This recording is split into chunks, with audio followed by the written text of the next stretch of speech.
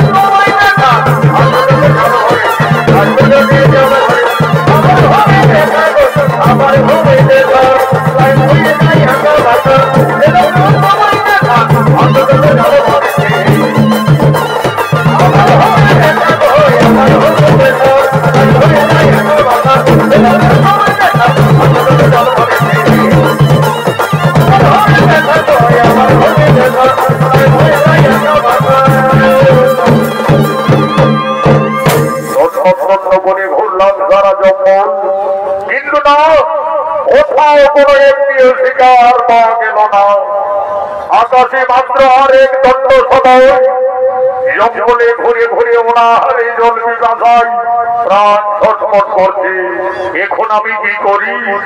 ওই তো বকুল গাছের ডালে সরস্বতী পক্ষী ভাষা বেঁধে রয়েছে। শিশু পক্ষী শাবকগুলির কোন রোগ শোনা যাচ্ছে। আজ আমি এই বাসা শিশু পক্ষী শাবকের তীর মেরে হত্যা করে আগুনে ঝুলছে করে খাবো।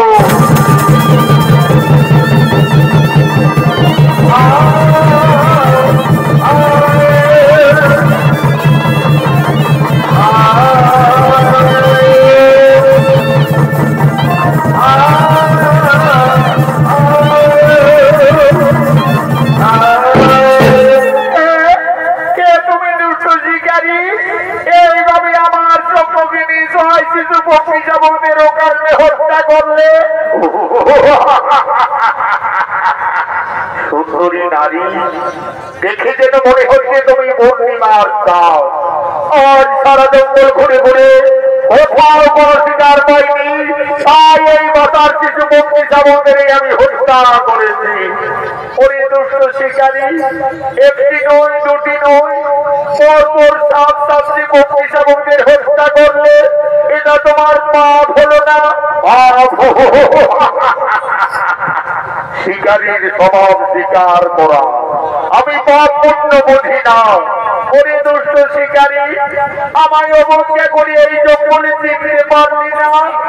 আমার চক্রকে নিঃসহায় শিশু পক্ষী শাবকদের ওখানে হত্যা করলি। সন্তান হারা, কত জ্বালা, কত বেদনা। আমি তোমায় অভিশাপ দিচ্ছি, কলিযুগে তো হবে একদিন 7 পুত্র হারা। এই করে আমি দিলাম অভিশাপ।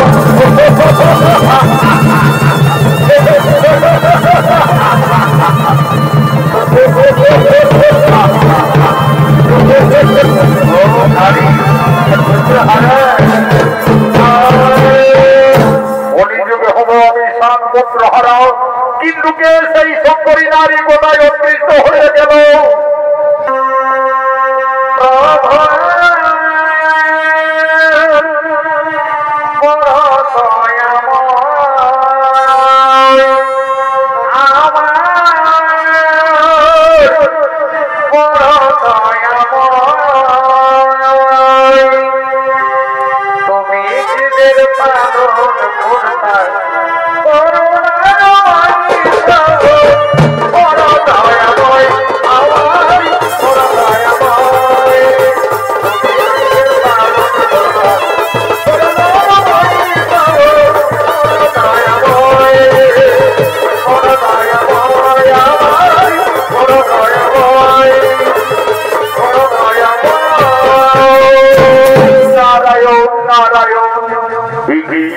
মহামুনি দেবর্ষি নারদ হততেই বনপথে আজকে দেবর্ষি, আপনি কি বলতে পারবেন কিছুক্ষণ আগে এই জঙ্গলে এক সুন্দরী নারী আমার শিশু পক্ষী শাবকদের হত্যা করার কারণে অভিশাপ দিয়ে গেল? কলিযুগে হবো আমি 7 পুত্র হারা। ওই নারীটি আবার কোথায় অদৃশ্য হয়ে কোথায় চলে গেল? কে সেই সুন্দরী নারী? নারায়ণ নারায়ণ। হে শিকারী, তুমি তোমার পাপ নদে তাকে চিনতে ভুল করলে। যে সুন্দরী নারী তোমায় অভিশাপ দিয়ে গেল সেই হলো আদ্যাশক্তি মহামায়া দেবী দুর্গা।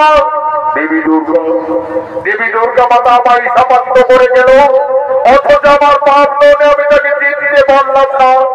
যার জন্য মানব মানবী কিন্নর কিন্নরী যুগ যুগ তপস্যা করে দর্শন পাই না, সেই মমতাময়ী দেবী দুর্গা আমায় স্বেচ্ছায় এই জঙ্গলে দেখা দিয়েছিল। এই যে দেবী দুর্গার অভিশাপ, মহামুনি আপনি কি বলতে পারবেন মাতৃ অভিশাপ খণ্ডিবার উপায়? নারায়ণ নারায়ণ। দেবী দেবতাদের অভিশাপ না হবে খণ্ডন। কলিযুগে তোমায় 7 পুত্র হারা হতেই হবে। তবে হে, বনের পশু পক্ষীদের হত্যা করে তুমি দেবীর কাছ থেকে অভিশাপ পেয়েছ। মাতৃ অভিশাপ খণ্ডন করবার একটি উপায় রয়েছে। আজ থেকে তোমাকে আমার আদেশে এই বনের পশু পক্ষীদের নিজ পুত্রের ন্যায় পুনরায় লালন পালন করতে হবে।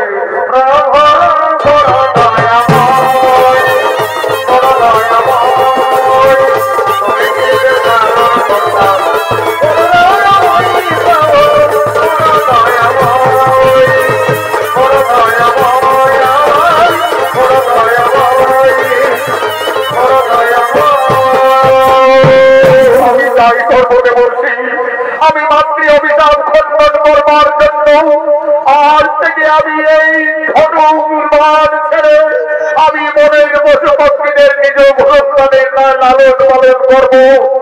মাগো মা, তুমি আমায় ছলনা করে অভিশাপ দিয়ে গেলে মাতা। তোমার অভিশাপে আমি যদি কলিযুগে 7 পুত্র হারা হইব, তবে আমিও প্রতিজ্ঞা করছি মাতা, বেঁচে যদি যায় আমার উপরে সত্য, কে সেই নয় যদি মুক্ত করিল, তথাপি আমি বলছি না বুঝিব নারীর চরে, নারীর চরে, নারীর চরণ।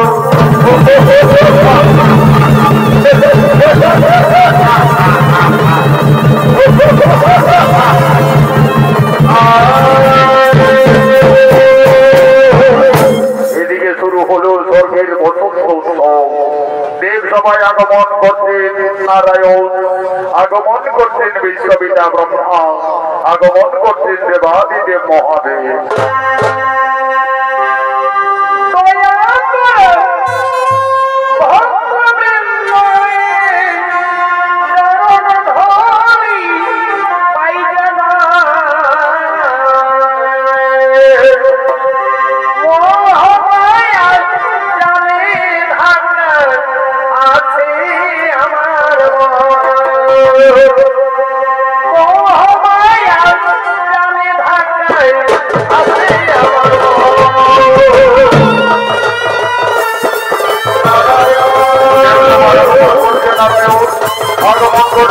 বিশ্ববিদ্যা ব্রহ্মণে আগমন করছে দেবাদিদেব মহাদেব।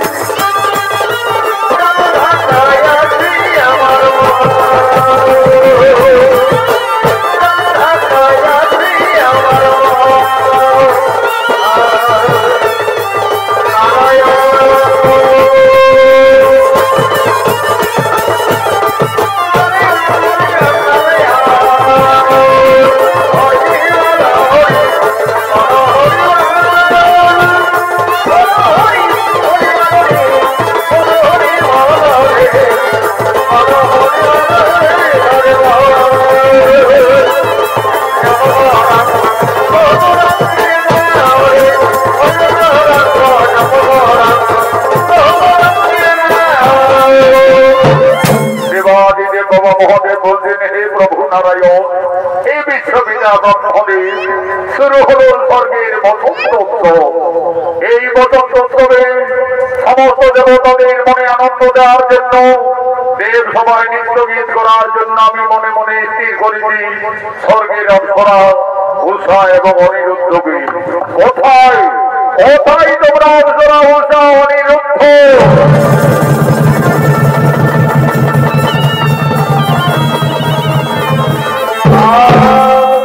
আদেশ করুন প্রভু। শোনো অপ্সরা উষা অনিরুদ্ধ, স্বর্গের বসন্ত উৎসবে দেব সবাই সমস্ত দেবতাদের মনে আনন্দ দেওয়ার জন্য তোমরা নৃত্য গীত শুরু করো।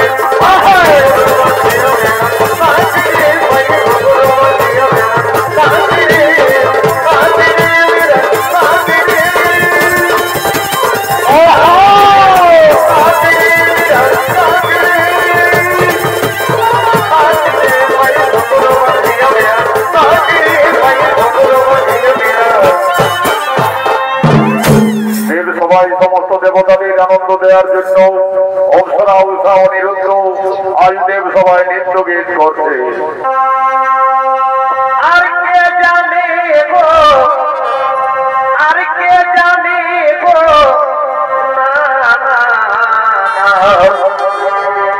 কেউ তো জানে না আমার মনের কথা।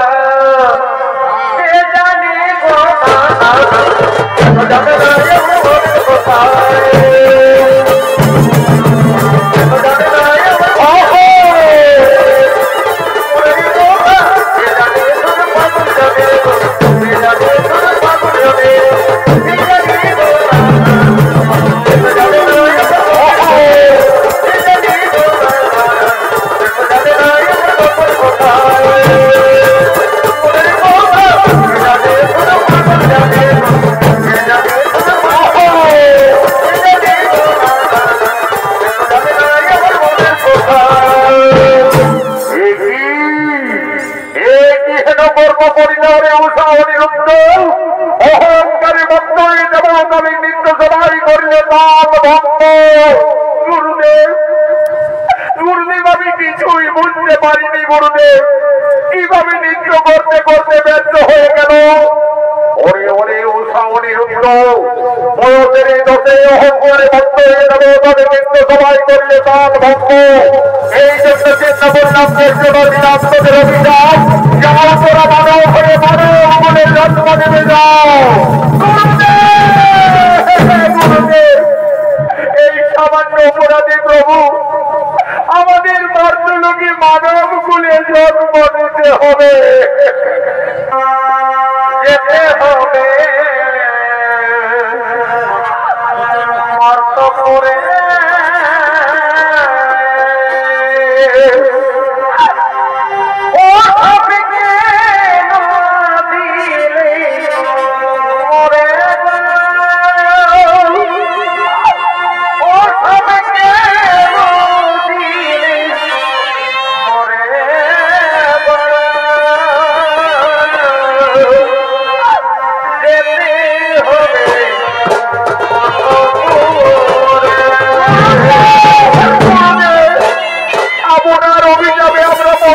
যাবো প্রভু। কিন্তু আমার এইটুকু অনুরোধ প্রভু, আমি যে অনিরুদ্ধকে ছেড়ে জীবনী বাঁচতে পারবো না প্রভু, অনিরুদ্ধকে ছেড়ে জীবনী থাকতে পারবো না। ওরে ওরে অনিরুদ্ধ, আমার অভিযান না হবে ব্যর্থ, তোদের মর্তলোকে যেতে হবে। তবে যাও, তোমাদের মনোবাসনা পূরণার্থে মর্তধামে উভয়ের প্রতি মন্ত্রী সম্ভাবনা থাকবে। তোমাদের সামান্য কারাগার বন্ধ হলে আবার এই স্বর্গরাজ্যে করিবে আগমন, পুনরায় দেবলোকে করিবে আগমন।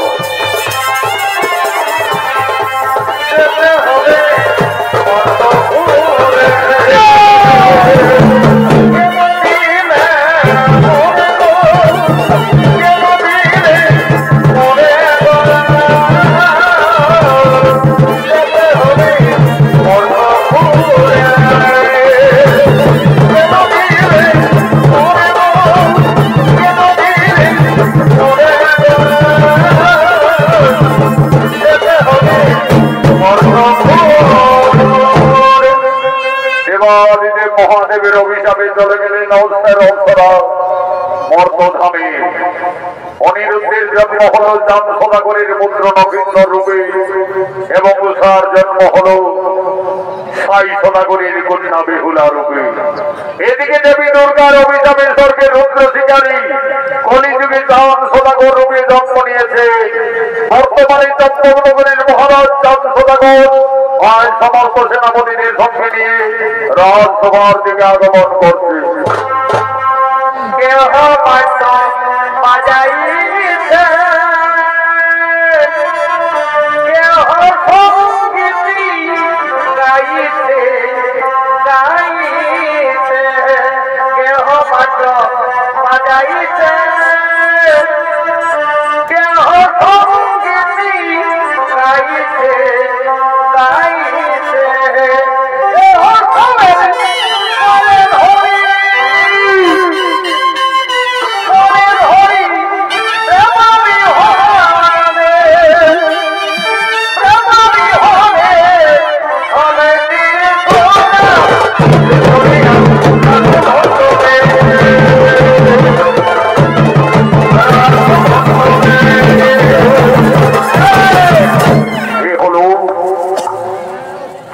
নগরের অধিপতি মহারাজ চাঁদ সদাগর পূর্বজন্মে ছিলেন স্বর্গের রুদ্র শিকারী।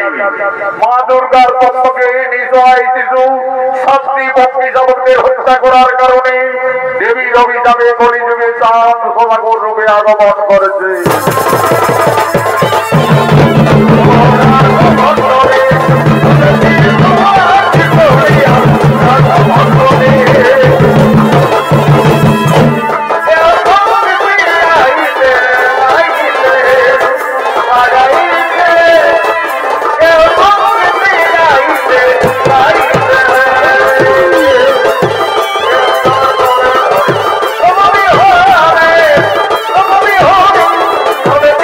Oh,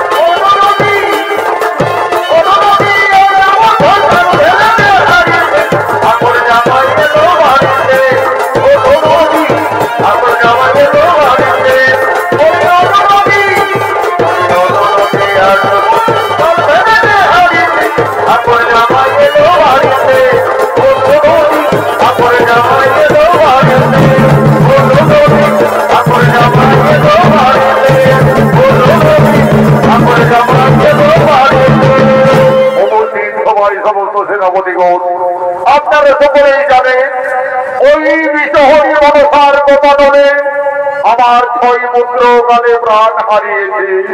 7ম পুত্র যুবরাজ নবীন্দ্রের 12 বছর পূর্ণ হওয়ার পূর্বে আমাকে তাকে বিয়ের কাজ সম্পন্ন করতে হবে। এই গুরু মহাশয়, যুবরাজ নবীন্দ্রের অস্ত্র শিক্ষা বিদ্যা শিক্ষা সকলেই সম্পন্ন তো মহারাজ, যুবরাজ নক্ষত্রের এখনো অস্ত্র শিক্ষা বাকি রয়েছে মহারাজ। যাও গুরুদেব, যুবরাজ নক্ষত্রকে জঙ্গলে নিয়ে অস্ত্র শিক্ষা দিবে এবং আমাদের চম্পকনগরের চারিদিকের সীমানা তাকে পরিষ্কার ভাবে বুঝিয়ে দেবে। তাই হবে মহারাজ, তাই হবে।